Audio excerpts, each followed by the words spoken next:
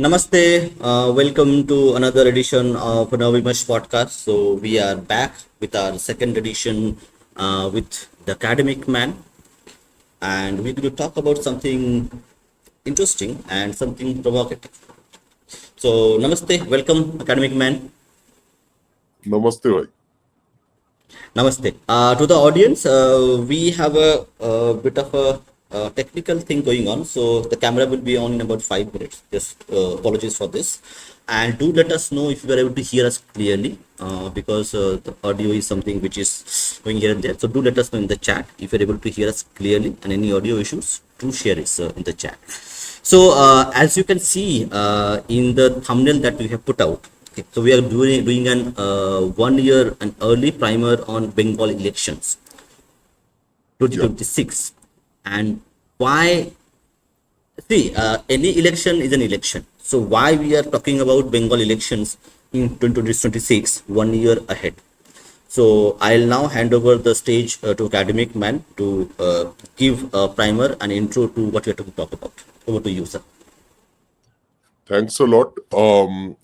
My contention is that this is not really, I guess, the best time to talk about elections. But then, elections matter because, uh, as you can see, Indian government cannot function at the level at which we want it to if it does not have the support, electoral and political support that it should have. Like, for example, if this Narendra Modi government had 350 seats, then I don't think it would be so easy for America and other countries to boss us around the way they are being they are doing it. In that case, elections become very important, particularly because uh, in we are, fortunately or unfortunately, we are a democratic country, and because of that, what we make a choice in electorally has a huge impact on our lives for the next not just 5, maybe 20, 30 years even. One wrong press of a button or not even going to vote can impact your future and your children's future in a very different way. Um, Having taken that into account, it's very important that we discuss Bengal, not just because it shares the longest border with Bangladesh, which is now functioning almost similar to a rogue state. Also because Bengal has 42 Lok Sabha seats, and West Bengal is still a very prominent state in the Union of India. Whether it is important or not, I leave up to the audience, but I have a feeling that many people are always curious about why Bengal votes the way it does. So it is certainly very important, and it is definitely important if we consider things from a national security perspective and even democracy perspective in the future. So Yes, so thank you for this great intro. So now we'll get back to the points of discussion that we had talked about. So first of all, the question that we have written in the thumbnail, that does Bengal need BJP?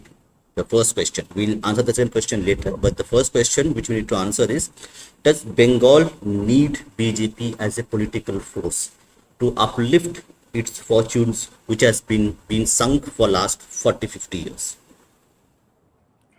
I believe that BJP has always been the Bijli Sadak Pani uh, party. It has always been the pro-development party in India. No party does development like BJP.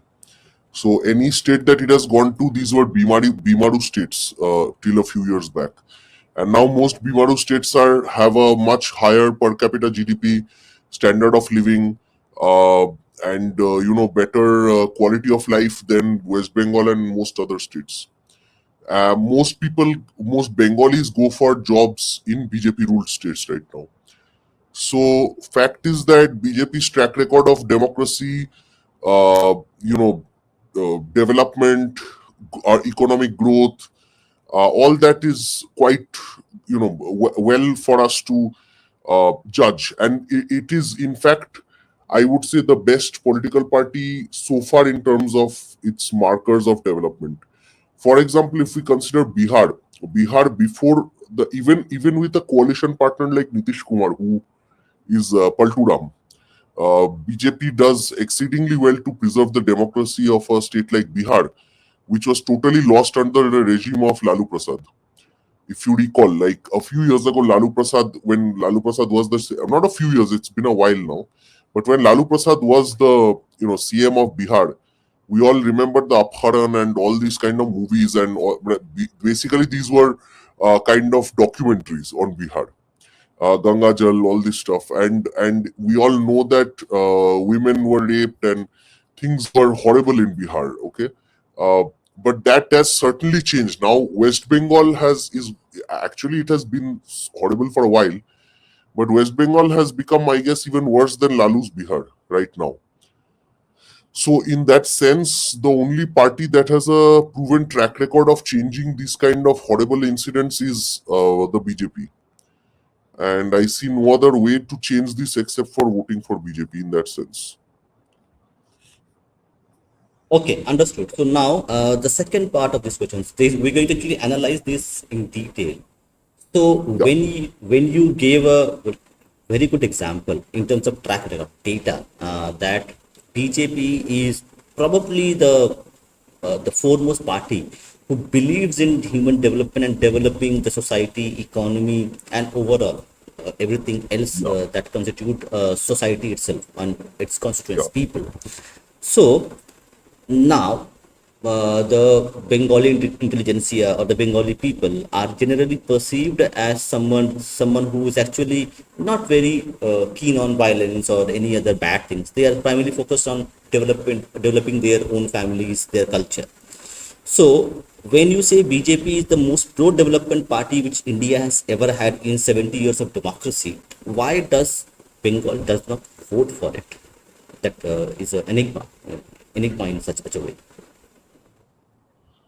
I don't think Bengal does not vote for it. The funny thing is, Bengal does not have votes. Firstly, Bengal does not vote in the conventional sense. Like if you go to Madhya Pradesh during an election, you will not find any violence. You will not find Congress and BJP workers killing each other. You will not find bombs, guns, people coming in beating up, opposition party leaders. Opposition party leaders put in jail. They can't even have a rally without police protection. So that kind of thing you will never find in any other state right now. Maybe in Bihar it was there, but now Bihar is also changed heavily. So you don't have any particular democracy in Bengal to begin with. So that's why you can't really say with a degree of certainty that Bengal does not vote for BJP. Number one. Because number two is BJP continues to enjoy an almost 40% vote share in West Bengal, despite all the problems and all the infighting and all the other issues that TMC has put forth, including violence, political violence, post-poll violence, rigging elections, all that stuff. Despite all this, the BJP is able to have a 40% vote share, which is obviously fully Hindu. So BJP is in Bengal is one of the few parties which can unite people across caste. So anyway, caste was not a big factor in West Bengal elections anyway. It was always party allegiance and sometimes religious allegiance and all. So we have proved, I think the people of Bengal have proven that Hindus can unite, at least 60-70% Hindus can unite under one party, which is almost impossible even in a state like UP or Gujarat and other places. I don't think 70% or 60% Hindus vote for BJP in any state, only Bengal. But West Bengal also has a huge minority population which controls 80-90 seats. So you can't, the Hindu votes don't matter as much in West Bengal as they do in other states. So that's the bigger issue. Having said that, why doesn't Bengal vote for BJP? The other, I think the perception is largely because of the vocal set of Bengalis who exist outside of West Bengal, who are the Bhadraloks, who keep, keep talking in leftist undertones and stuff, and work in multinational corporations and stuff, but still support Lenin, Stalin, and Jyoti Babu and all these things. So that is the reason that people perceive that Bengalis don't like BJP. But I don't believe that Bengali Hindus don't like BJP. That's the bigger thing. Yes, so I can actually corroborate your perspective because I live outside Bengal, and we have like when I talk to people, correct? So they would be giving examples that you are talking about, that Bengali, the so-called Bengali intelligentsia is always talking bad things about BJP, no matter what they do. So that is something which is corroborated in individual sense as well, and that probably is the overall country's mood, the way they think, how Bengali society or Bengali intelligentsia is actually talk about and think about BJP. Now, the third point, which I think this question we can take because it's relevant to our discussion. That's why I put it up there. Is No, not I agree. correct. So it's a correct healthy thing that is there. So and maybe this is something good. So okay, one more thing. Now when we talk about that, yes, Bengal needs development, and BJP can give them the development. Now for some other reason, whatever may be the cause, it is not able to come into power or be a political force which can make some political changes, and by it being a political power in Bengal, it would make also changes in the economy and development. So what do you think BJP should be doing, okay, which gives them an enough chance to, so that people of Bengal go beyond 40%, maybe 42, 43%. I think 3%, 4% change can actually make change fortunes. So what do you think Absolutely. BJP should be doing? This is going to not be an electoral answer per se. For Yeah, yeah, yeah. example, Yes, yes. I can say that the BJP workers should unite under one leader, Shubhendu Adhikari preferably, and they should challenge the TMC. But I don't think that's going to help, because you see, starting from IAS officers who work to WBCS officers and others who work in West Bengal, nobody wants the BJP to come to power. And as I told you before, that West Bengal has a horrible track record when it comes to democracy. Like, uh, you don't know how people are going to vote, because many times people are not allowed to vote. And this is well documented in media and academic literature and all that. So the problem here is that if we think about it, the what BJP can do in the state level is actually nothing new. It can't do anything. It can't do much different things. Okay, what it can do at the central level is the bigger question. Whether it wants to do things at a central level, that is an even bigger question.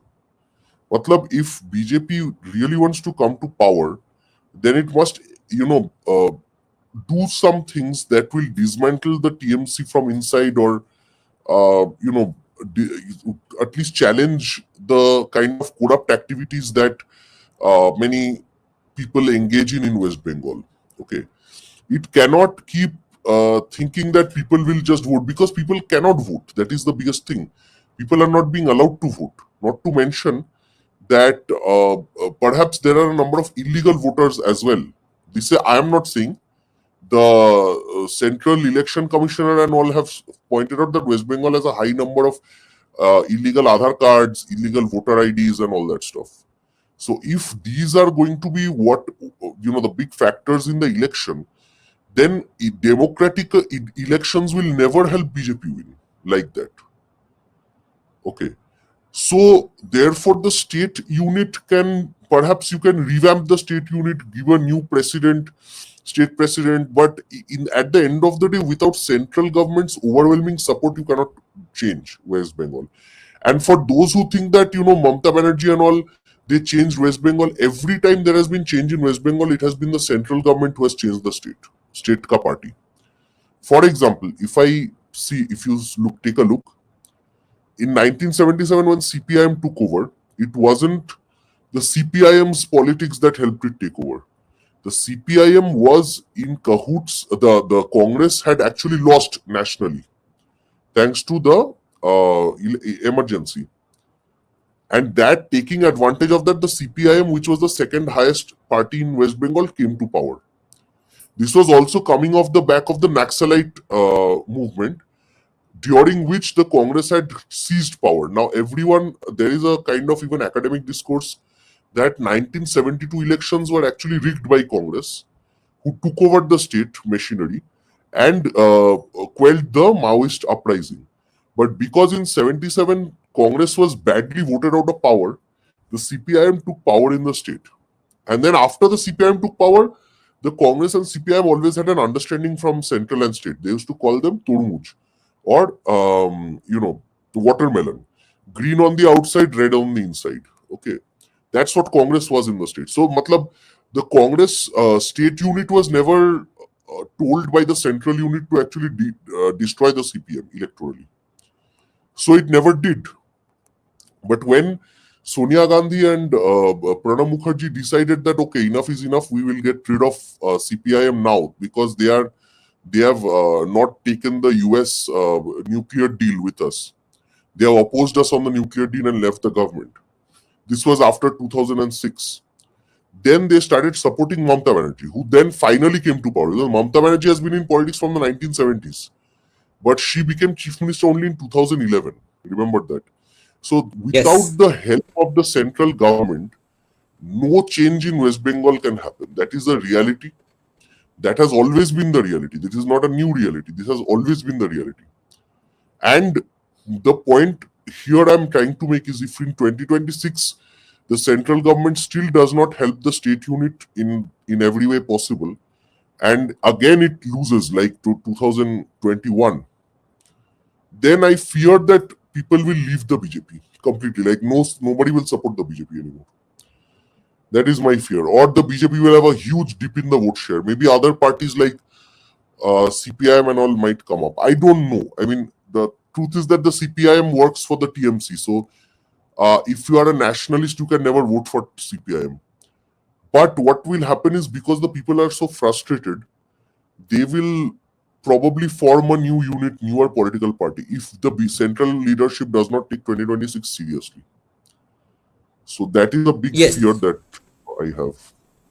Yeah, so let's do bit deep dives, correct? So there is a book called The Bengal Conundrum, the BJP and TMC, a book written. People who are interested in this, you can do a search for a book called The Bengal Conundrum.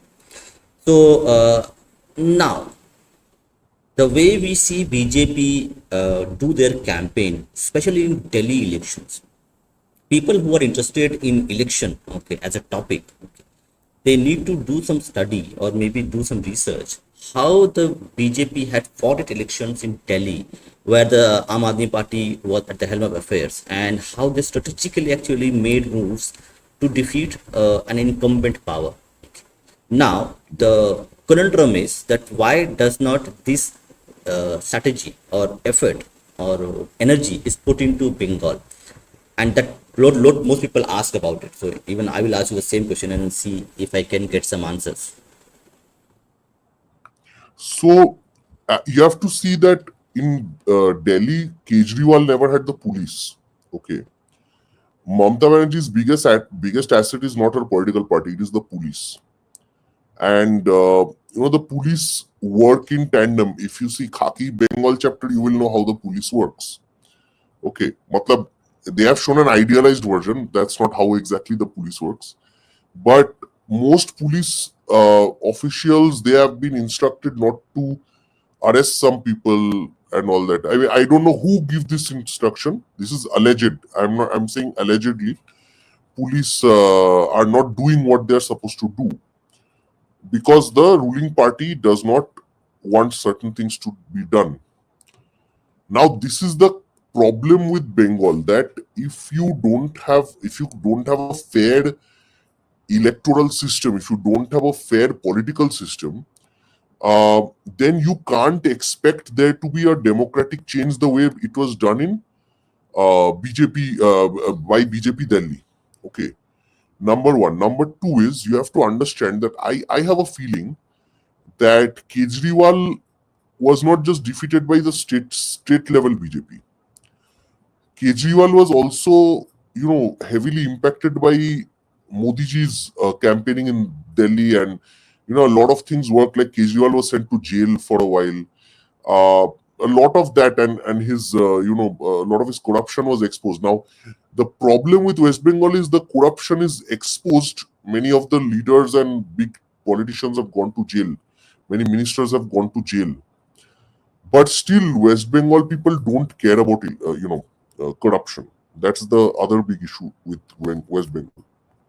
Most people in Delhi, I guess, even then, some people knew that Kejriwal was corrupt, but BJP effectively targeted the corruption at a central level, kind of arrested him, made him look weak. Also, he did not have the police, so the police was always in the central government's hands. So many factors help. Matlab, you could expect Delhi police to behave in an impartial manner, relatively. And also Delhi does not, like I said, that Delhi will not have, electoral violence like West Bengal. But this is the biggest problem, that in West Bengal there is no free and fair system, free and fair election, there is no there is no opposition space in West Bengal. If you pick up a flag of BJP and try to march on the road, God knows what will happen. So even if people vote for it secretly, which they do, even then, people are, unable to vocally support the BJP or, do things that are necessary for the BJP to win. So it's very difficult in that sense. So you can't compare, not just Delhi, you can't compare any other state in the country with West Bengal right now. Okay, so one specific thing, correct. So this is something which is, I think, a learning curve for everybody. So that you can have a base principles on which you can do your analysis in terms of political analysis. But your base principles will always be changing few here and there to actually compensate for uniqueness that the India represents. The way the elections are campaigned, the way elections are fought, the way they are analyzed, okay, in a homogeneous society like Japan or Europe, okay, or maybe some other countries, okay. So that template cannot be used in India, and you also belong to belong in the academic domain. So what do you think?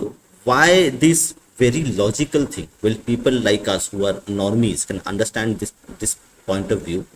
Why does that academic does not make those changes to actually make it a better document for, and maybe do a better analysis of this? Because we see the same template being just copy pasted everywhere, and it doesn't make any sense in terms of doing the analysis itself.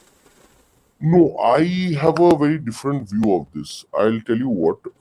Not a very different view. I would like to add my view here. If you think about it, you're right that we can't just copy paste templates and political campaigns and stuff in different parts of the country or the world and expect results the same way. Having said that, West Bengal's exceptionalism is not cultural, it is political. Okay. The exceptionalism of West Bengal was a created thing, like an artificial imposition by academics and journalists and intelligentsia of Delhi. Why I would like to blame Delhi is the people of Delhi who are who are journalists and all. Like there's a lamentation that these days Ajkal good journalists are not there, good academics are not there. All that stuff people lament a lot. Okay, especially the elite intelligentsia. But I have to say that from the late 60s, when West Bengal was always having political violence and all that, like political murders, violence, this, that, whatever, all the problems that I mentioned. even Morijhapi massacre, many other incidents that we have discussed earlier. If they knew about it, which they did, then how come they never wrote about it and exposed it? So I'm telling you one thing, that yes, West Bengal is very different, but the difference with the rest of the country is more artificially created than natural. It is not something that that is inside our culture. In West Bengal today, some people said Pakistan Zindabad, and people caught them and beat them up. Okay, took them to the police. West Bengal people are not less patriotic, much less patriotic. Of course, there are the Bhadraloks and all these people who are more vocal, who have been cultivated by the communists and all. Okay, they are there. There is a section, but this is a very diminishing section. This is a very small section of society. Okay, do not judge. Like, if you go to a village in West Bengal, you will not find such people.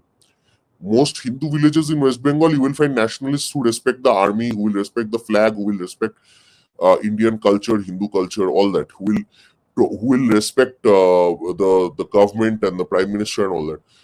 It's only in South Calcutta and a few other parts of the state that you will find these jokers who support other foreign ideology and all. But the problem is that the central government and the central agencies and the central journalists and all these people, they never tried to show the problems of Bengal and Bihar. Earlier, they used to cover up for Lalu. Okay. Now the people of Bihar, like I said, the people of Bihar took a big decision and they voted for Nitish Kumar later. Remember, even Nitish Kumar was not supposed to be the CM. There was an emergency imposed in the state, after which Nitish Kumar became CM. Okay, so remember that it was a central government imposition in a way. Okay, even in Bihar. Now, when I come to West Bengal, it is a failure of older journalists and academics and all these people who failed to expose the true reality of West Bengal in front of the people of India. A guy sitting in Tamil Nadu, a guy sitting in Madhya Pradesh, a guy sitting in Gujarat, a guy sitting in Himachal Pradesh, they will never understand what is happening in West Bengal in Morijhapi, right? That's why it was covered up so beautifully. Gujarat riots were advertised every day by big journalists and all. But so many other massacres happen in West Bengal, nobody even got to know. Many Bengalis also don't know. Morijhapi has become, popular only now, since Deep Haldar's book. Before that, people didn't even know Morijhapi, many people. I myself heard it at the age of 24 or 25. Okay. So I was shocked. And I am a Bengali. I was born and brought up in Bengal. So the problem is that the people of India, the not the people of India, the governments of India, till perhaps Narendra Modi, and the journalists and the intelligentsia of India were always, they were trying to cover up for people like Lalu, Mamta, CPIM, all these people. And these elites, they are absolutely responsible for the state of affairs in West Bengal today. I don't always blame the local media because, some of them are definitely, pet dogs of the, the pet dogs of the ruling party. That will always be the case. But it was the central media which was free and fair in its supposedly free and fair. That was supposed to highlight the horrible, political violence and caste violence and different kinds of violence that was happening in West Bengal. They never did it. And that is the reason that CPIM lasted for this long in the state. Nobody people from outside came, people, intellectuals from America, Europe, they used to come to the Calcutta Book Fair. They used to say that CPIM is so nice and all that. Nobody showed them. Like, just imagine that if they heard about Morijhapi, if somebody exposed Morijhapi globally, then I doubt that so many foreigners would have thought that West Bengal is a great place. Okay. That is the bigger issue here. That nobody before 2007, nobody exposed the CPIM globally. Even I'll tell you what happened in 2000 and after 2007. So As I think CSK says, and even on your channel you have said, and even I have said on some of our podcasts and all, that you see, till 2007, the communist elites, the other elites, the national level elites, the big shots, the international elites, they always supported the CPIM, no matter what it did. Morid Jhapi, Nanur, this, that, other horrible Shaibari, Bijon Setu massacre, all these things, the CPIM was always supported by, the elites of America, Europe, and Delhi, and all that. What happened is that after 2007, when the central government decided to go against, CPIM, then suddenly, as we have said, that suddenly people start criticizing CPIM. So Noam Chomsky, who is a famous linguist and philosopher in the US, and he's a known leftist, he actually kind of tried to save the CPIM even then. मतलब उसके पास message या पैसा कुछ नहीं गया होगा. Okay. So he said that because of, I think even Prabhat Patnaik, the economist, who is a card-carrying communist, and the central government has kept him in JNU for God knows, he's still alive. I saw him in Calcutta a few days back. So these horrible people, they actually supported the CPIM when it killed farmers in Nondigram and Shingur and took away their land for industry. But people like Arundhati Roy went against them. So you will think that typically all these leftists are in the same group. No. What happened is the central government told one set of elites ki bhai ab tum lag jao. Okay. So there was a huge difference of opinion among leftists back then. Matlab, some people got the packet, some people got toolkit, some people did not get the toolkit. Okay. But overall, what happened is the Congress party played a big game and mobilized not only Calcutta elites but international elites to deal with the CPIM, and it worked because complete like a proper regime change operation, Buddha Babu's government lost and Mamata Banerjee became the CM. So the thing is, that is why I hold Delhi responsible always for the problems of West Bengal. The people of West Bengal were never allowed to vote properly, free, fair, and properly for the last 50-60 years. Okay. Very few, nobody can claim, except perhaps 2011 elections, nobody can claim that there have been fair, proper elections without any violence, without any kind of massacres, without any bombs, guns, this, that, threat, terrorism of any kind. Nobody can claim that any election has been free and fair after and before that. Okay. Maybe perhaps the first 2-3 elections in independent India were fair, free and fair. After that, West Bengal since the late 60s, every election has had rigging and problems. Every election. So that is the biggest one. That is why the Delhi elites failed us. And I have a inkling that I think that Vivek Agnihotri's upcoming movie, the Delhi Files, Bengal chapter, will have something to do with this. Matlab, how Delhi covered up for the horrible atrocities in West Bengal. Okay. Yes. So now we are going to do this discussion in 3 segments. The first segment is does Bengal need BJP? We are about to end that section. After that, we will now pivot towards why BJP needs those 42 seats in Lok Sabha elections in 2029, and for that to happen, BJP needs to win the elections in 2026. So we'll move it to that in after one question. So the last question to you is on this specific part. Bengal and Punjab, these are the 2 exception states in 1947 when India was partitioned, and Yes. Punjab and Bengal are 2 different states in terms of their demography, in terms of their society, in terms of their history.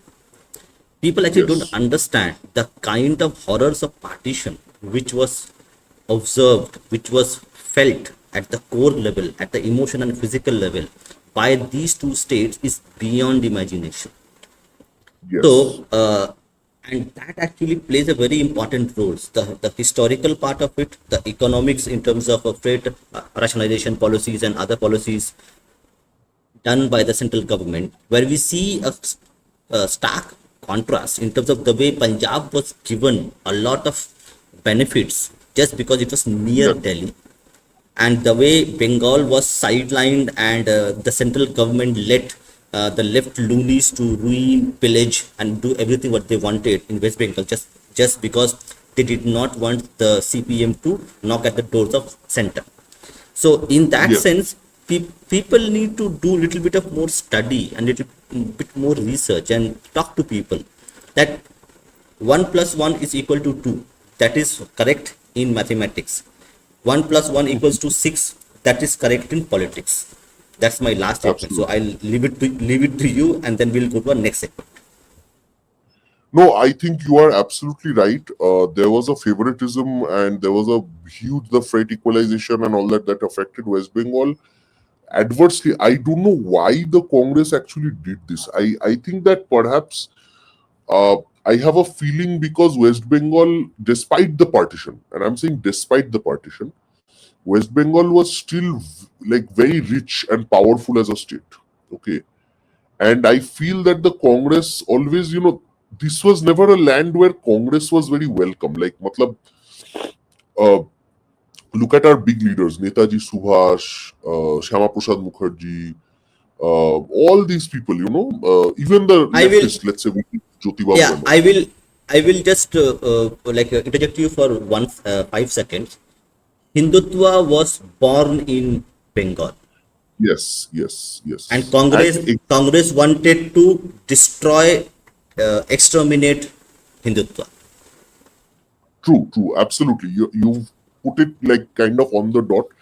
Uh, if you think about it, Bengal's politics has never really been, similar to the Delhi and kind of Gujarat, Mumbai kind of politics. Okay. And Maharashtra में भी अलग है मतलब Maharashtra I agree Maharashtra was also had its own kind of own flavor of politics. So if you think about it, the most and even Tamil Nadu, so these are three of the most industrially developed states before 1947. Maharashtra regions, Maharashtra, Bengal, Tamil Nadu. Okay, and abhi bhi Maharashtra and Tamil Nadu are different in their other, despite Maharashtra having a BJP led government, Maharashtra has its own unique kind of different kind of politics that is very different from, let's say, UP, Bihar, and Madhya Pradesh and these kind of the Hindi speaking states. Okay, and as we know, the Nagpur is the head of the RSS and all that. So Maharashtra has its own kind of things. Tamil Nadu, as we know, has its own flavor of politics, has its own ideology. Forget that. West Bengal, I think the Congress always knew somewhere that West Bengal will be different. Matlab West Bengal ko we cannot capture in the way that perhaps we can capture other states in the other parts of this country. Okay, Tamil Nadu tab tak, if you think about it, in the DMK and all have come up. They are already challenging after Kamraj and all. Congress did not stand much of a chance. Like Congress, in a way, if you think about it, Congress started losing territories after the 60s very fast. Matlab, Congress was kind of losing. It's like a big chunk of the cake being taken away every few days. Okay.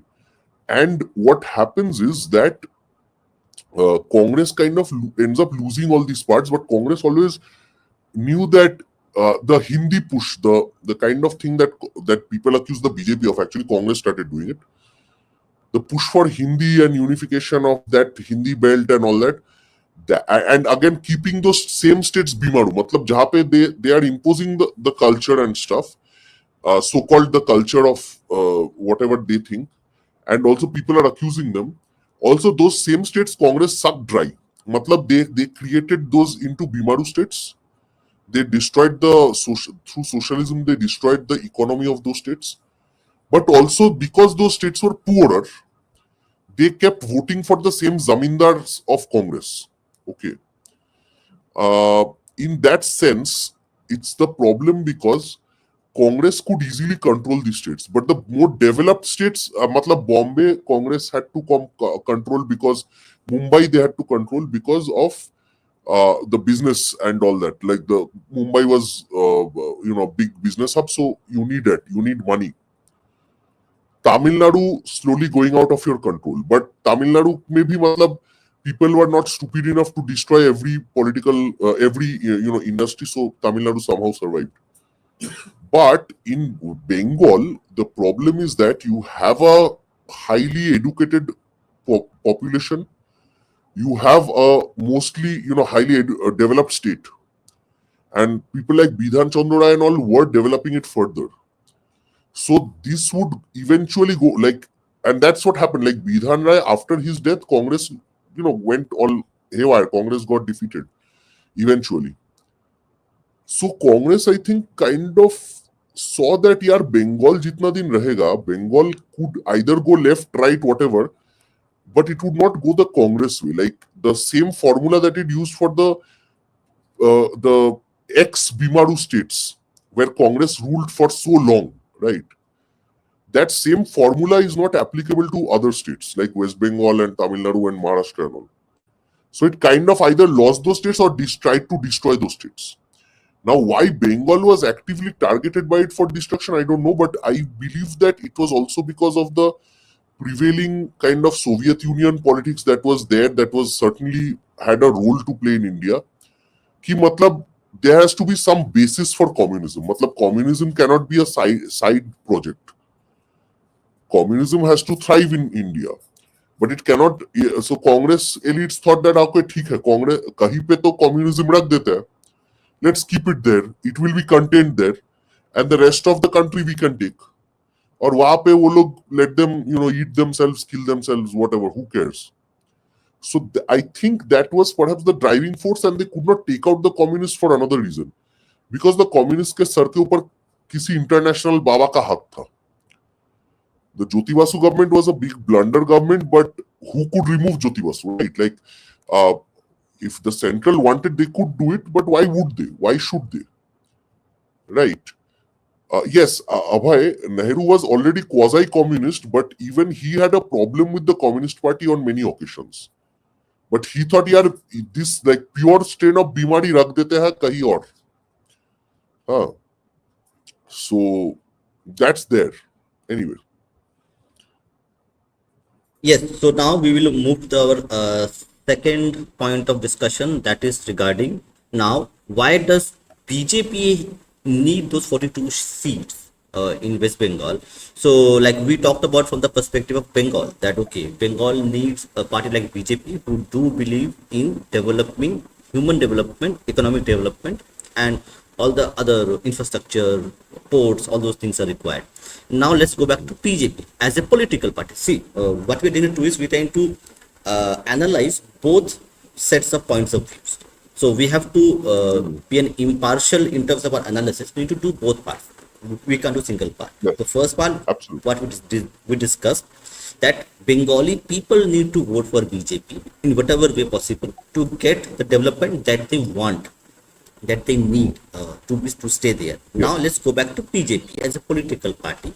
Why do you think BJP needs those 42 seats that are up for grabs in 2029 state national elections, and why it really needs those 42 seats to actually secure its legacy in 2029 elections?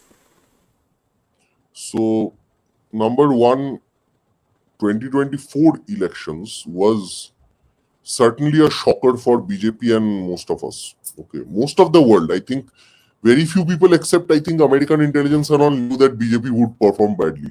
Okay, not even get the the halfway mark on its own, right? So, having said that, this means that the Narendra Modi we see now, who is doing a good job, I guess, of leading the country during a state of war and all that, is not the same. It is not the same Narendra Modi as 2014 ka Narendra Modi and 2019 ka Narendra Modi. Okay, I mean, I see a crisis of confidence, and despite him winning, him as in the BJP winning three state elections back to back, despite all that, I have to conclude that the bigger issue here is that Modi ji's government is a minority government. It does not have the majority of its own party. It requires people like like Nitish Kumar and Chandrababu Naidu to support it. And again, these are all, as you know, contingent on their own understanding between each other. So, just for the sake of majority, where the BJP depends on Uttar Pradesh for 80 seats almost, and UP is very, UP has real democracy, unlike West Bengal. So you can't really manipulate it like that. So UP में अगर caste equation खराब हो गया, something goes wrong in UP, then you lose 40 seats like this time, like 2024. Then you really need at least 40 seats from somewhere, or 35 seats from somewhere else to make up for that. And only West Bengal is the only other state with so many seats where BJP has a legit contender, is where the BJP has 40% of the vote share, and it can capture the state and capture 35 seats even, I would say. This is why I'm saying that because of the weakness currently of the present central government in terms of elections, it definitely requires to secure West Bengal. West Bengal, the funny thing is, if the state is in the hands of a certain party, that party rules forever. Okay, that party rules for 30 years if they do things, in a certain way, or at least 20 years or so. So, in that sense, BJP's biggest problem right now can be solved by West Bengal. So BJP needs West Bengal badly. It's a big state with a lot of prizes. It can, once you come to power, unless you do things horribly, you can stay in power for 15-20 years easily without doing much work also. So in that sense, the BJP, even if it just comes to power and just implements Modi ji's schemes, basic schemes, BJP can stay in power for 15-20 years easily. Okay. And यहाँ पे people don't care about democracy in West Bengal. मतलब अभी तो forget democracy entirely. So even if BJP were to become like TMC or CPM in terms of democracy, मतलब rigging and all that, nobody would care. Perhaps the international media might care because it's BJP. Perhaps they might. But even then, I don't think the people of West Bengal, while voting, give a damn about international media that much. They look at the local media. They see the foreign sahibs as kind of कि हाँ ये लोग white आदमी बोल रहा है तो ठीक है होगा, but overall they have resigned their fate to the government. The government controls every aspect of people's lives in West Bengal, and people have stopped having a problem. मतलब corruption में कोई problem नहीं है, कुछ you can do anything in West Bengal and get away with it.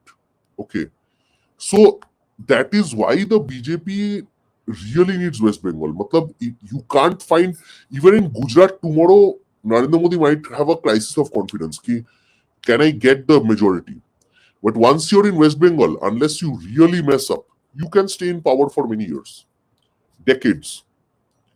ऐसा भी हो सकता है कि one day Gujarat goes to Congress, but West Bengal remains with BJP if BJP takes it once. Okay, so it's because the people, even if you think about it, the regime change operation that I was talking about in 2007 regarding Buddha Babu, that even during that time, West Bengal had more educated people than it has right now. In the last 15-20 years, West Bengal has gone down even more in terms of education and basic necessities and quality of life. Okay, people are absolutely dependent on Bahubalis and government for survival.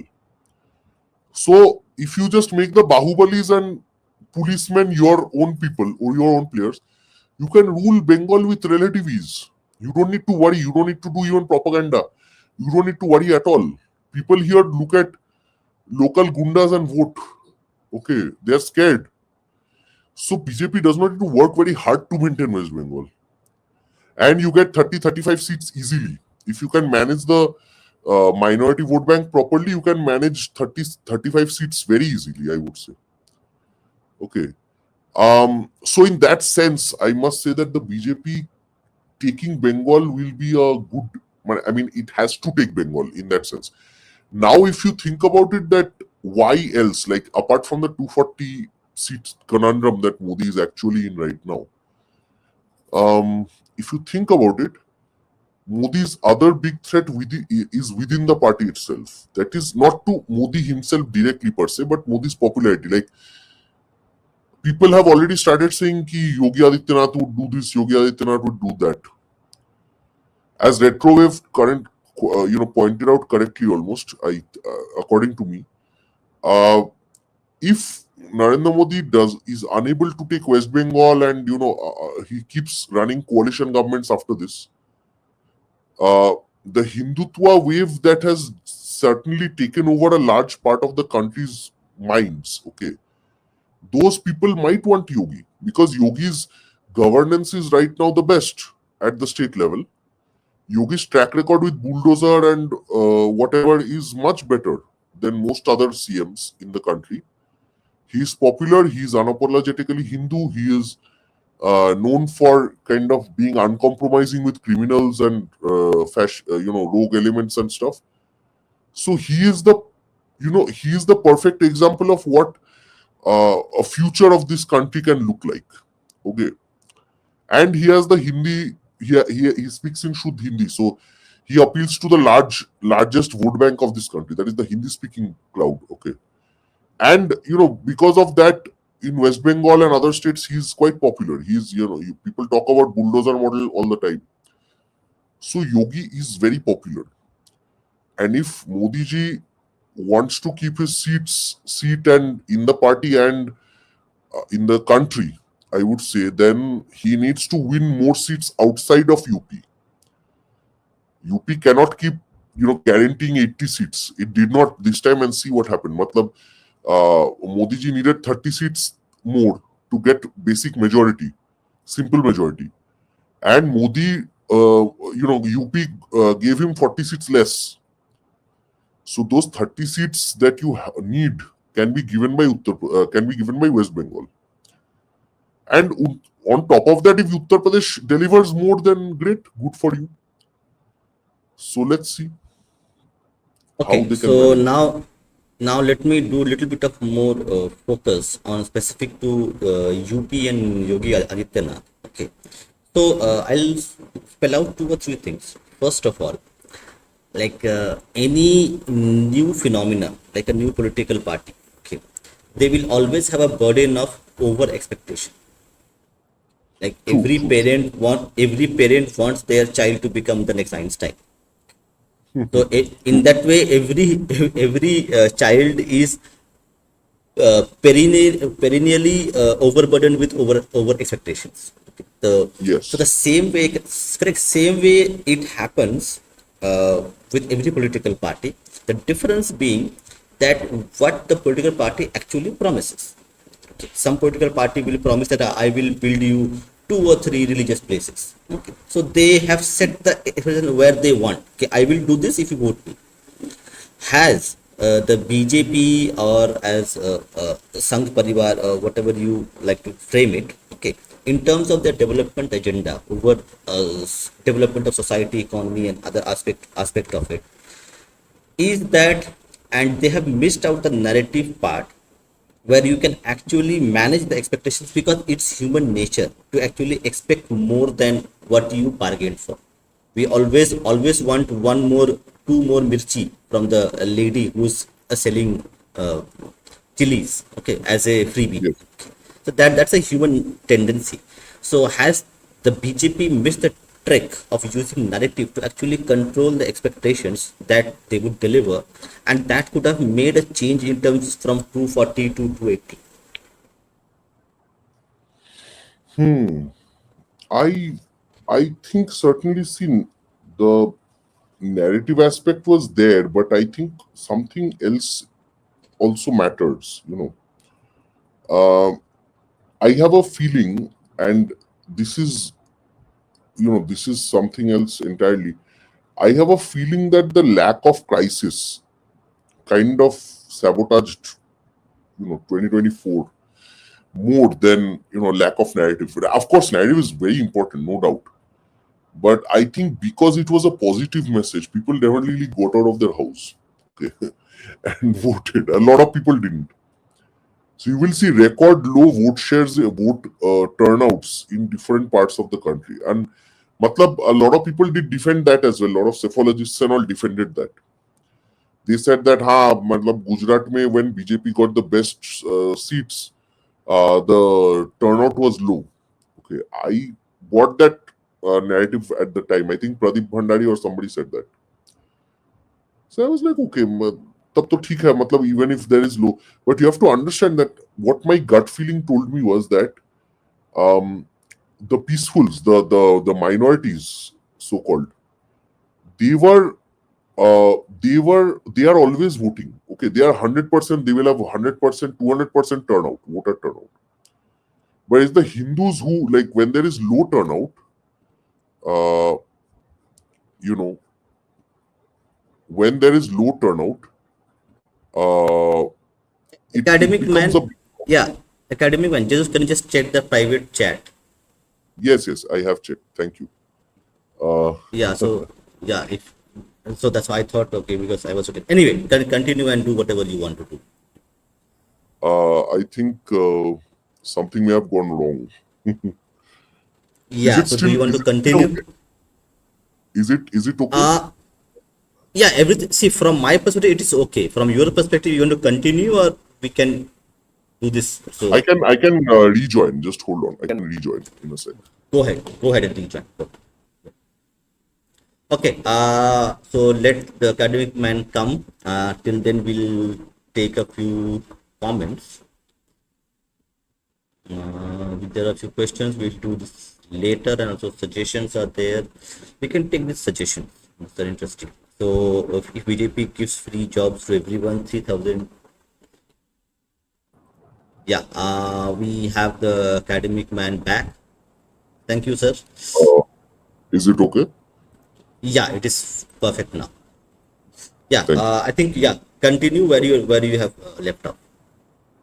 Okay, so in a sense that if we think about it, uh, what were we discussing last? I kind of Yeah, forgot. yeah. I'll give you the cue. So we were discussing about the positive narrative, which actually made sure that there were not enough people coming out to Yeah, vote. yeah, So yeah, you yeah, need a yeah. crisis narrative. So because of the lack of a crisis, I think, and because peacefuls don't depend on crisis or positivity, they are always going to vote, right? They are always going to 100% vote for whoever they think is right, which is anti-BJP party. So that in that sense, we have to remember that the Hindu population does not think of it that way. The Hindu population is not at war with anyone, so they don't think of it like they are not in perpetual crisis per se, unlike the peaceful. So what happens is that you need kind of, no, I won't say you need a crisis, but till a crisis is there, you won't have the voter turnouts that you need to ensure a Modi victory. Huh. That is perhaps on Modi kya matlab, the nationalist party's victory. You won't have that. But and that is the place where I think the narrative was totally wrong. I agree with you. The narrative was totally wrong in that sense, and also I think it kind of uh, jolted the belief of the people. You see, before 2024 elections, people were absolutely sure Narendra Modi will get 100%. Like the majority to 100% hoga hi. It will depend on whether 400 hoga ki 350 hoga. That is the main question that people had. That overwhelming belief in one man's ability to steer the whole country, that also screwed up a lot of things. Okay. Karyakartas and everyone, they kind of had too much faith in that narrative and that action. I don't know about the role of the RSS because I'm very confused. Sometimes the RSS says that, uh, we did not campaign, so BJP did not win. So I will assume that in West Bengal, because the RSS does not want Mamata to go, then Mamata is not going. Like, if the RSS decides election results, then why is TMC winning in West Bengal every time, right? So, that is the bigger issue. Like, what messaging goes to the people to get them out of their houses to vote? Number one. Number two is, can you have so many kind of, opposition parties in the country who are outright, challenging the sovereignty of India, who are outright anti-Hindu in their stance, like Stalin's son and all these people, okay? And, you're keeping them alive. In a sense, it also hurts, I think, some section of Hindus who think that, okay, I voted for Modi. I did, I'm a BJP supporter, my whole family. I told 10 people, I got 5 new voters for the party. I did my part, okay? And then I see Udaynidhi Stalin abusing, saying Sanatan is dengue malaria. I see, the TMC doing what it does. I see Congress, Rahul Gandhi going on abusing Veer Savarkar. Okay. Yeah, I think there is some problem from your end. Again, Okay, we have the because the same voice is issue. going again. Yeah, Again. yeah, Okay. yeah. Yeah, actually, there's some interruption. Okay. We can do one thing. We can. I'll make it members only when it's done. So, or else we No, can. it's fine. eh, no, I'll no. get, yeah, we'll figure it out. Yeah. Yeah. Okay. Anyway, then continue. No problem. Continue. Is it working now? Is it working now? Yes, little bit better. Okay, okay. Go ahead. So yeah. So in that sense, if we think about it, that uh the way in which people have expectations, right? About what Narendra Modi can do, or the Modi government can do for us in the future for Hindus. People who vote on Hindu issues. Even I think there was a disillusionment among them also. Ki, matlab, if Mamta and all these people are continuing to do what they do, if Kejriwal, if Udaynidhi Stalin, Rahul Gandhi, all of these people are basically OSC, and all of these people are scot free. They can abuse Hindus anytime and get away with it. You know, if that is the main perception among people, among Hindus, then also this is a problem. You know, uh, it is a failure, I would say, of the central government and RSS and all RSS, the all-knowing RSS as well, that they could not kind of convince the people, okay, we are on this. Matlab, your textbooks are still the same. Your narrative, the professors, teachers, they're not putting out anything new in the world. The people are still saying Modi hai to mumkin hai. Modi hai to mumkin hai, I agree, but kya mumkin hai? Matlab, what is the future of Hindu issues? You don't even have Waqf bill till 2025. You don't have temples are still not free. So what is it that my vote for BJP gets me? Ram Mandir and a few other, maybe 370 370 के बाद भी ये सब हो रहा है.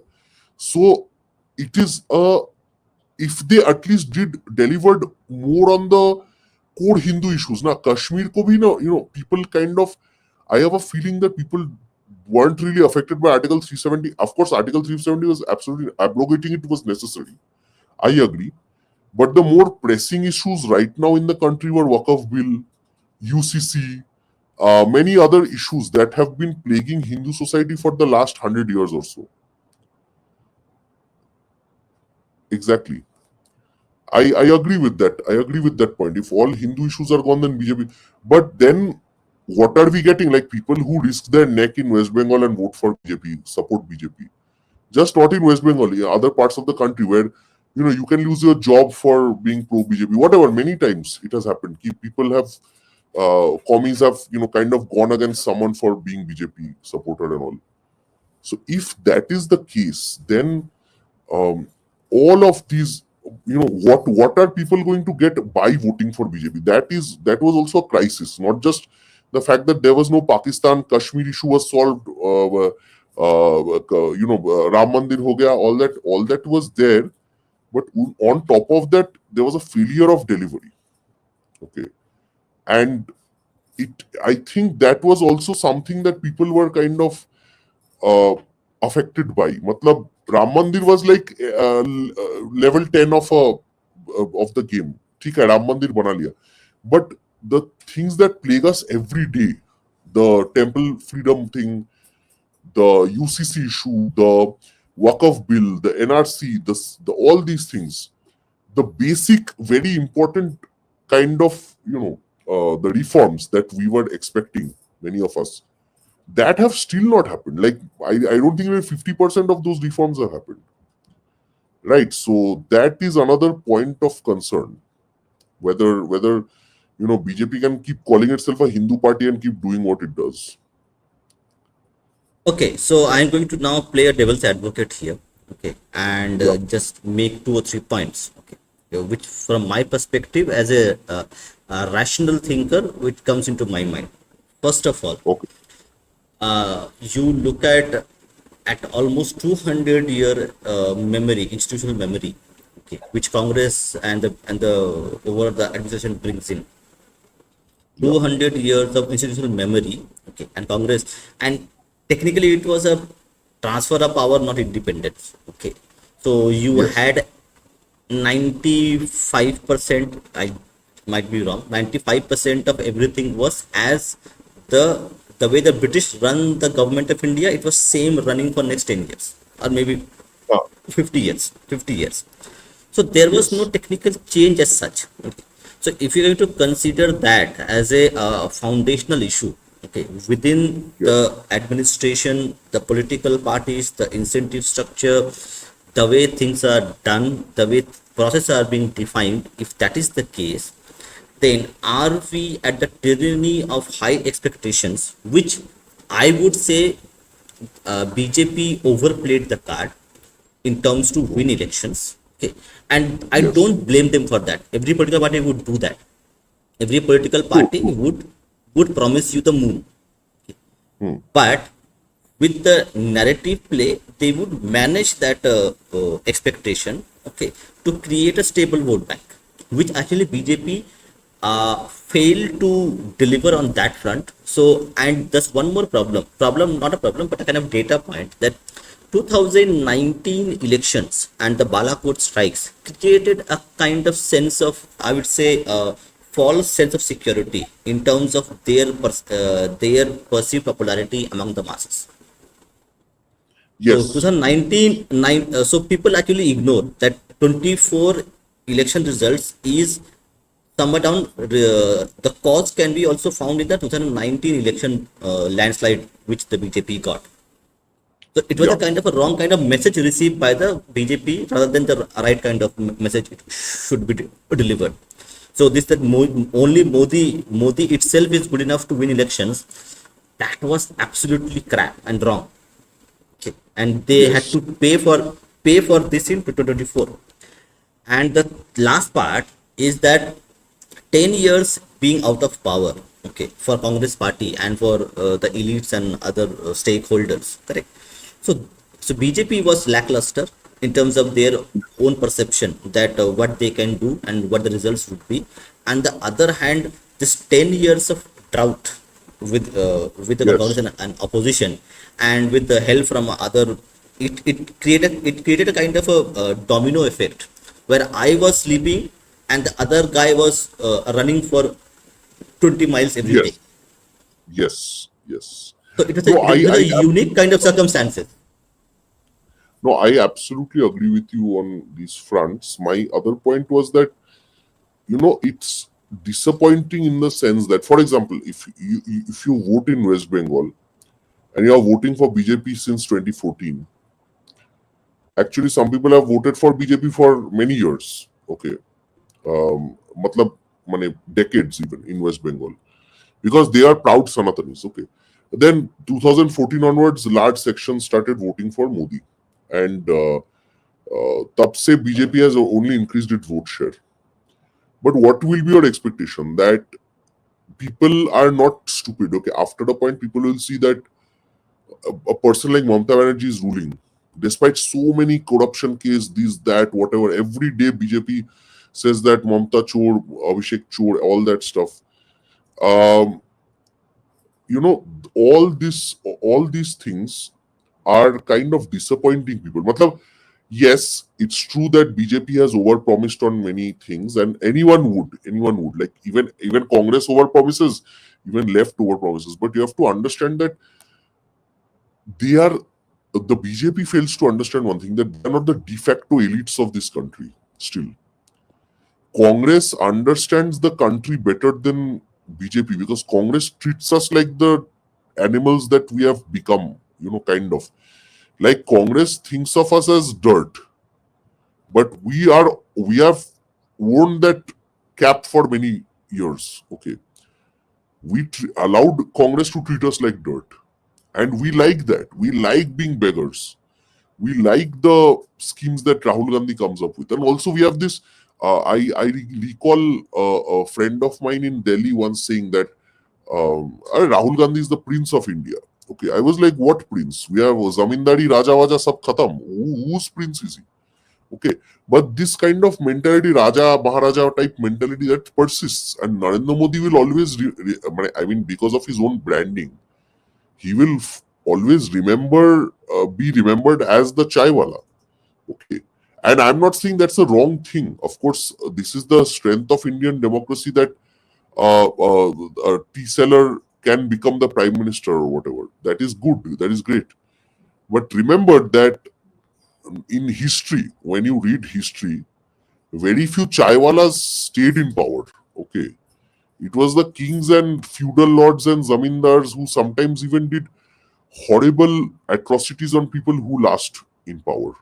Okay, so that is the bigger issue here, that the BJP has to understand that it is not the de facto ruling class. It is not a dominant caste party. Okay, it is the non-dominant caste party. But dominant caste is dominant caste for a reason. If you go to Jat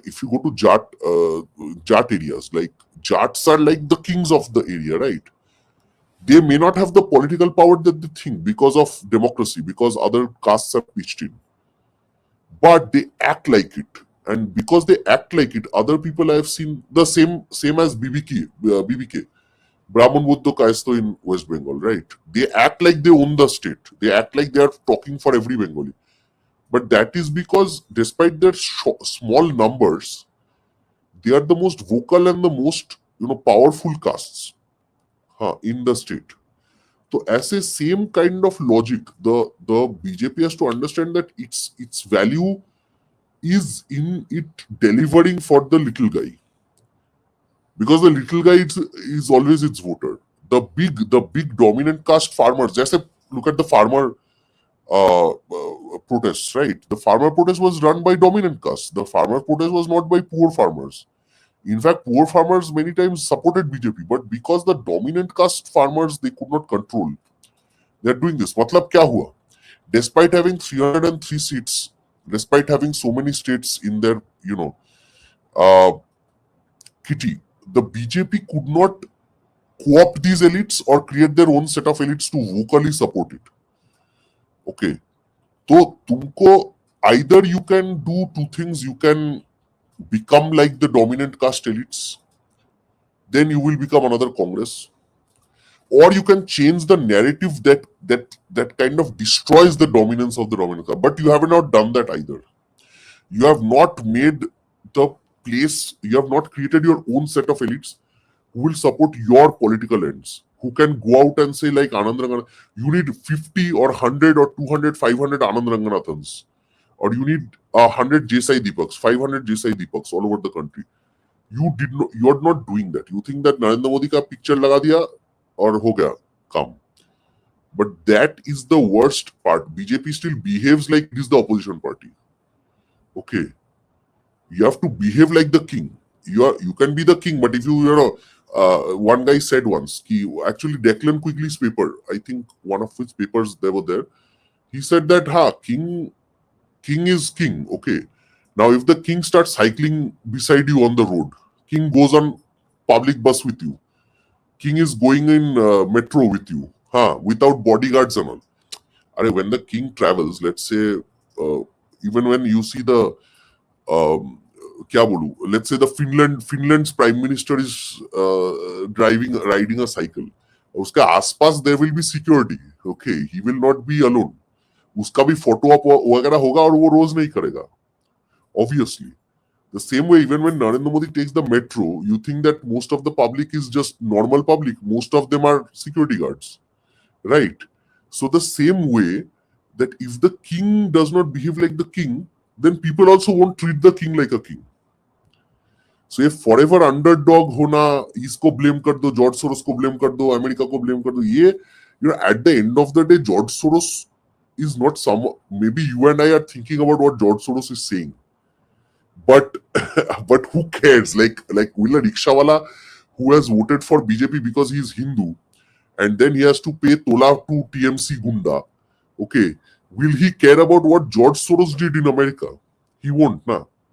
So I think Modi's biggest failure, not Modi's failure, I would say the BJP's biggest failure was in not dealing with the opposition parties of India, who are the biggest enemies of the vote bank of BJP.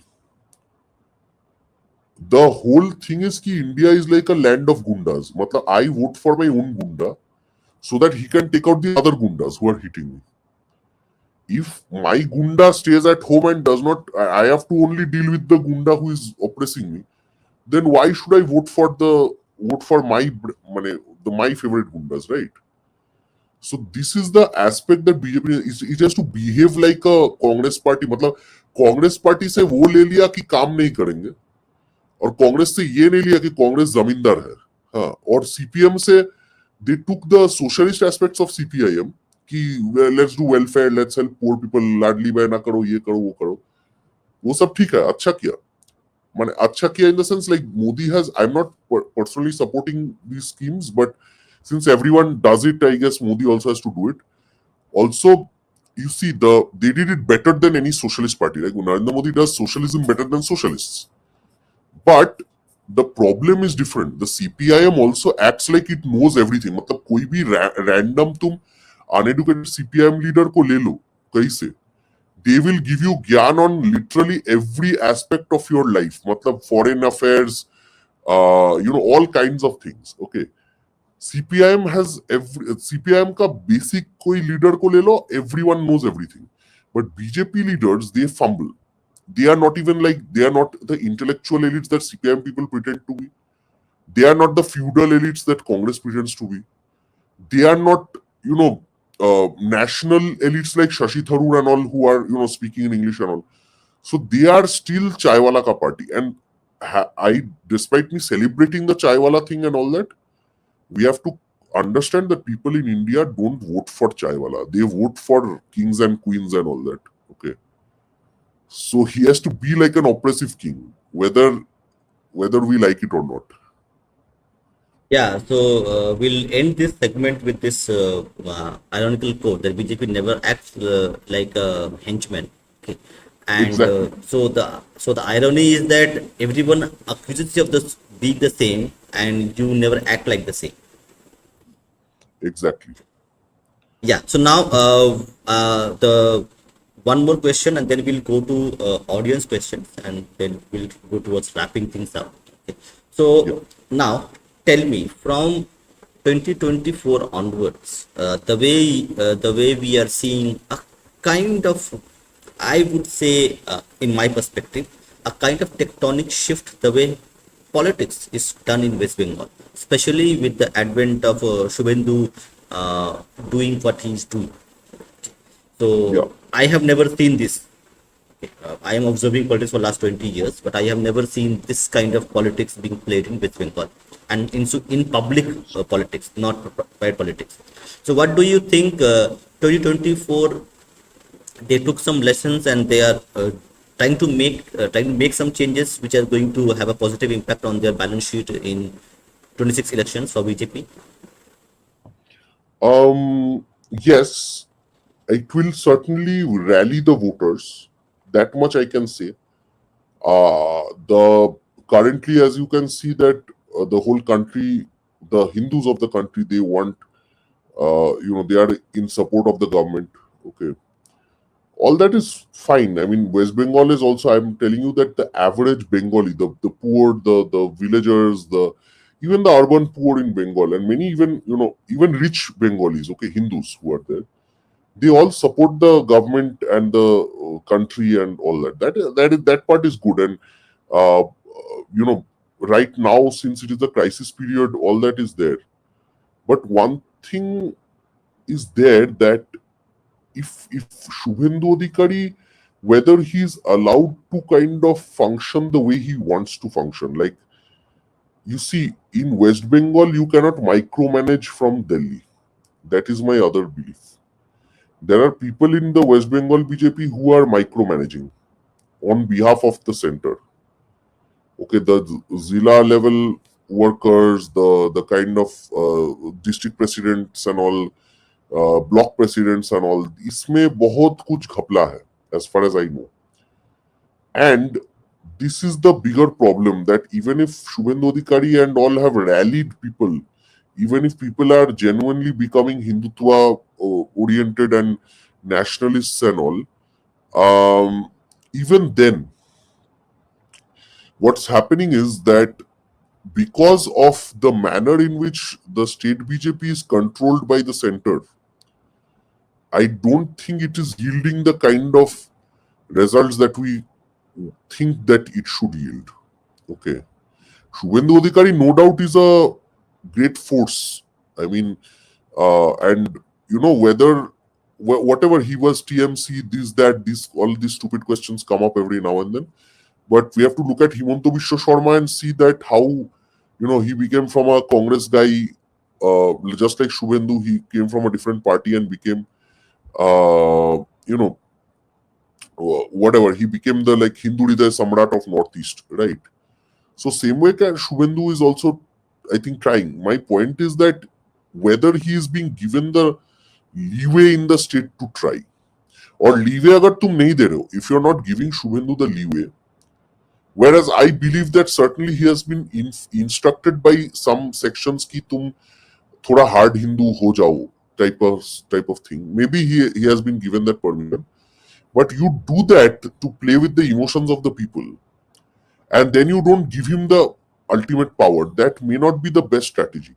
Yeah, either this, or maybe in 2026, if they have plans to take over, they are just prepping the voters.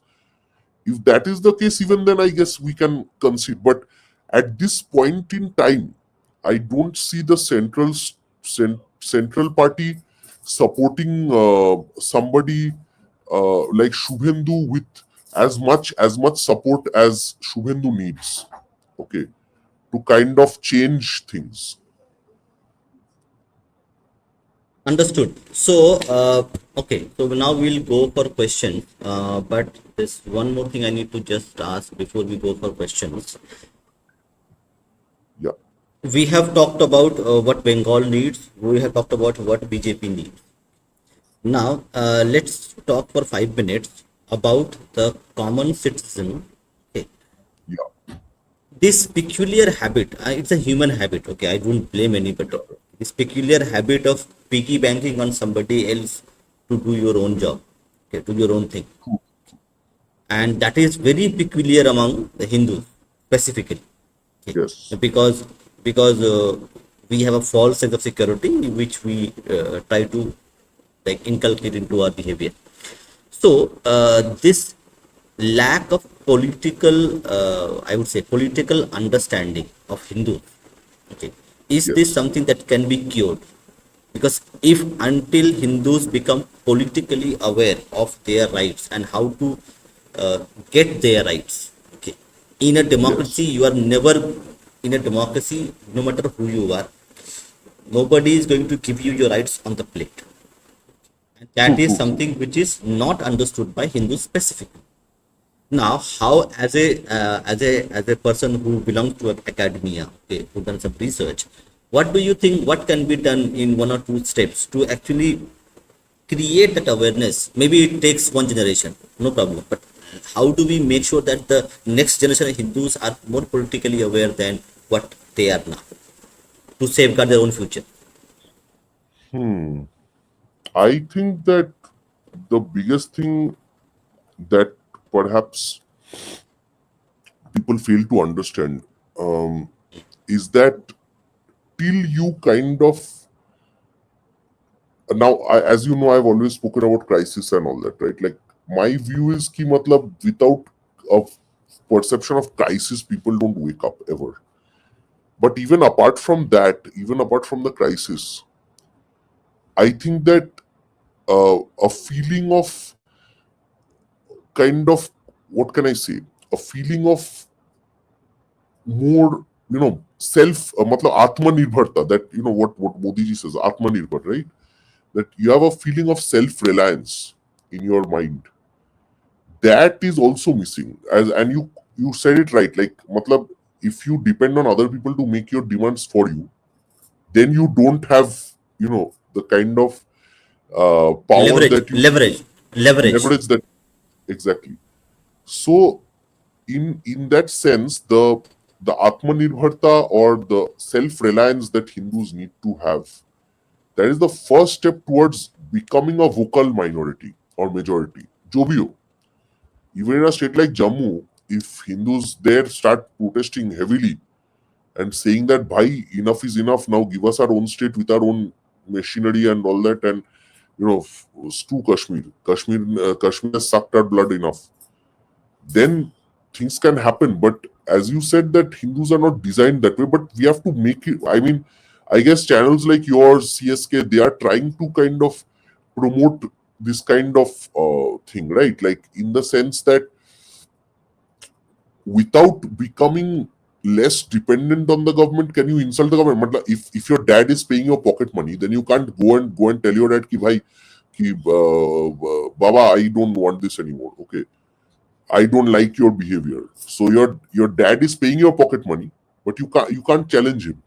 You have to earn your own money, and then you can say that, okay, now I am, I think this should happen in this family. But till you're in your dad's hotel, you can't say it. The same way, till we depend on the government for every aspect of our lives, including Lokhir Bhandar and all this stuff, till then I don't think that level of change will happen. Only crisis, as I said, the achievable thing is crisis. The ideal thing is self-reliance. But matlab crisis cannot motivate us enough. So self-reliance tak aane mein time, I guess it might happen one day. I'm not saying it will never happen, but again, like I said, it's a long term thing. Won't happen in 10-15 years. Yeah, actually, in one of the podcasts with HB Didi, Hindu Vichadara show, I had to actually like ask people. See, we talk about what has happened to us for over 1,000 year period, which is very, very bad. Okay, it is atrocious. Okay, but think about it. Still, it's a very long memory. Think about it in Second World War. What happened to Jews in the Auschwitz camps? Okay, in the concentration camps. If and that was actually people watched it like it's a like recent memory. Okay. We can what happened to Somnath and others, still it's a very long memory, so you can still like these disconnect from it. Think about the Jewish people who had suffered this, okay, and saw it in front of their eyes, documented in newspapers, magazine, pictures everywhere. It is right in front of you, and still they had the courage, they still had the actually mental strength to actually come out and become who they are today. Whatever they are, I'm not going to talk about it, but they are in a much better state than what we are. So this negation, a balance needs to be struck, and that can only be done by political elites and also the cultural and social elites, okay, funded by the businessmen. Okay, and that is something which is cannot be built, because that was destroyed over 1,000 year period. People don't understand that the cultural elites, the political elites, and the financial elites that we had, which were based on the temple economy, was destroyed over 1,000 year period, from the Islamic invasions to British to Portuguese and others. That was destroyed over 1,000 year period. So now I want that to be re-established tomorrow. But is that something which is It will not happen It won't tomorrow. happen. Also, as you, I think the reason I liked your last comment is, I think you give the proper difference. मतलब Israel के साथ the Jews faced excessive, intensive persecution in a very short period. Hindus have been facing extensive persecution over a long period. So what's happening is it's like salami slicing the Hindu landscape. Like slowly one day, it's not like one fine morning you wake up and see everything is gone. It's not like that. Every day 1 inch, 2 inches gone for 1,000 years. And then you wake up and see, every day if 2 inches are gone over 1,000 years, then so much land is gone, so many people are gone. So I don't think, I think that is the bigger issue. Ki, matlab, this is a death by 1,000 cuts. It's not a one stab in the stomach or something like that. So I think that is the other reason that we did not ever, you put on a shield when you are being attacked in the front. You don't remember to put on your shield when you're somebody stabbing in the back, right? So it is very different, and I think that is the biggest problem that we have right now. Yeah, and from my perspective, the solution needs to start on the individual level, because you cannot like expect the political leadership or the other social leadership to come about in next 20 years. Okay, it will take a generation to do that. So that will be the yes. So yeah. So now what we'll do is so individual responsibility is something that we have to start with. Okay, I'm not saying that okay, I'm going to make a change to the society itself, but Yeah, the beginning starts with an individual himself, whether he true. is doing puja in the mandir or giving 5 rupees to the pujari. That is your contribution. Until that individual responsibility comes up and we own it up and we do it over a long period of time, okay, that is a beginning where you want the Hindus to become, and they become Absolutely, politically and otherwise a kind of force to reckon with. So now absolutely. this ends our discussion, and what we're going to do is now we're going to take a few comments A and few questions. questions. Yeah. Yeah. So Saptarishi is going on asking a question. I think he's been saying Saptarishi that. is, Saptarishi is asking too many questions. So I have taken a few of them. Okay. Yeah, yeah. Let's see. You can repeat your questions. I will take it again, but I have noted down few of them, star mark. So let's take the first one. This is from Saptarishi. So, what is okay? Ask what is this pain which BJP faces in terms of communication issues? Because there was a seriously anti-Modi narrative rising during 2024 election as well, even now. So, this communication or the narrative issue he's talking about, that they are incapable of doing things, or it is a genetic problem as an organization. Shh. Again, we go back to the elite theory. Like, if the elites don't say something, like the educated people, it's very easy for them to hate on BJP. You have to understand that. Like I keep saying, BJP is the forever challenger, the forever underdog party, right? So the elites, they fail to capture elites. It's as simple as that. They have to, and Inca idea of elites is any random person can be an elite. Yeah, this is one part where I totally disagree with the Sangh and the BJP on. They don't understand that credentials and language and body language and all this stuff matters. If a kind of a kabadiwala might be very wise, okay, he might know more than a professor, okay, he might be genuinely a good person and everything, but यार kabadiwala का कौन सुनता है? Let's face that fact, okay. And a guy who might be a professor from with a fancy foreign degree, he might be an absolute moron like Amartya Sen. But it doesn't matter. Like, because he has a foreign Nobel Prize and foreign degree and all, people will listen. It's as simple as that. Okay. And Sangh and BJP fail to understand. They do a lot of social justice in the sense that they put Vanavasis and scheduled castes and all these people in positions of power. They are always doing it. But yaar, और करना चाहिए ना, and plus attack mode.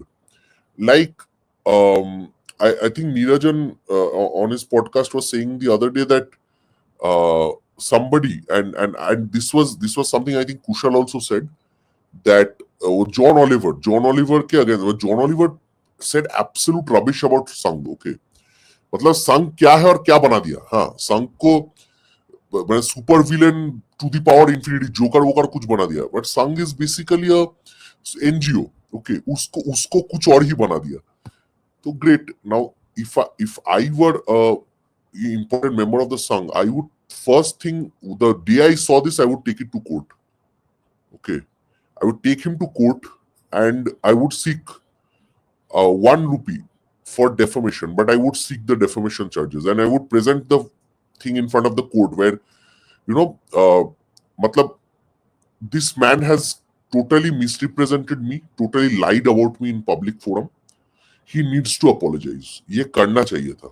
Okay, if you don't attack na, this is such a time, this is Kali Yuga. If you don't attack, people will think you're a loser, and once people think you're a loser, they will not, they will first thing they will do is they will walk all over you. This kind of that social stability you keep talking about now, that is the Sangh's and BJP's mostly the Sangh's primary thing is social stability and all that.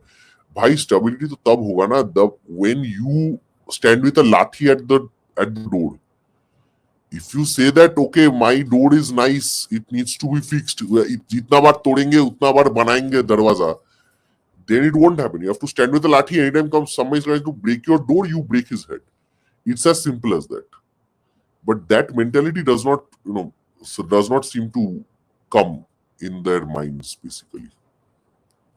Yeah, we'll take a minute more to actually emphasize. So, correct. So, after 2024 elections, we have seen a few online media where we have seen a newly curated narrative is being published. So, the example I'm showing, the pamphlet, okay, Yes. which is doing a kind of I don't like it a lot. It's effective enough, but I don't like it a lot because they're just copy pasting something that already done by others. They can do a bit more innovation than just copy paste what other people are doing. But to answer the question, there is a change, but the change is not as fast enough, as swift enough that you and I wanted to be really. Yeah, and when you see a state like West Bengal, right, like where the demography changes very fast. Now, if you don't need to change the narrative in Gujarat or I don't know Rajasthan right now. Okay, Rajasthan and Gujarat will hopefully be Hindu majority even in the next 100, 200 years. But in West Bengal, 20, 30 years down the line, you can't predict what will happen. And if that is the case in West Bengal, if the demographic dividend is lost, then West Bengal is lost. It will become another Kashmir. So then what will you cry about? That is the biggest issue, that it's not being done fast enough.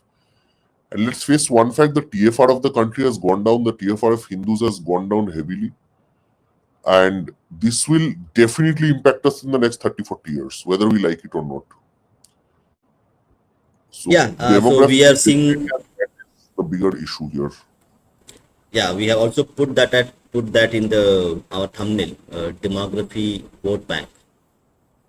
Yes. So it's great. Okay, we'll take. So we have a bit of dearth of time. So we will be doing a few more episodes on this. So we'll take your question a bit later. Yeah, but last question we'll take for today, and that is something which Retro has asked. Okay. Yes. Let me see that one. I have already marked it.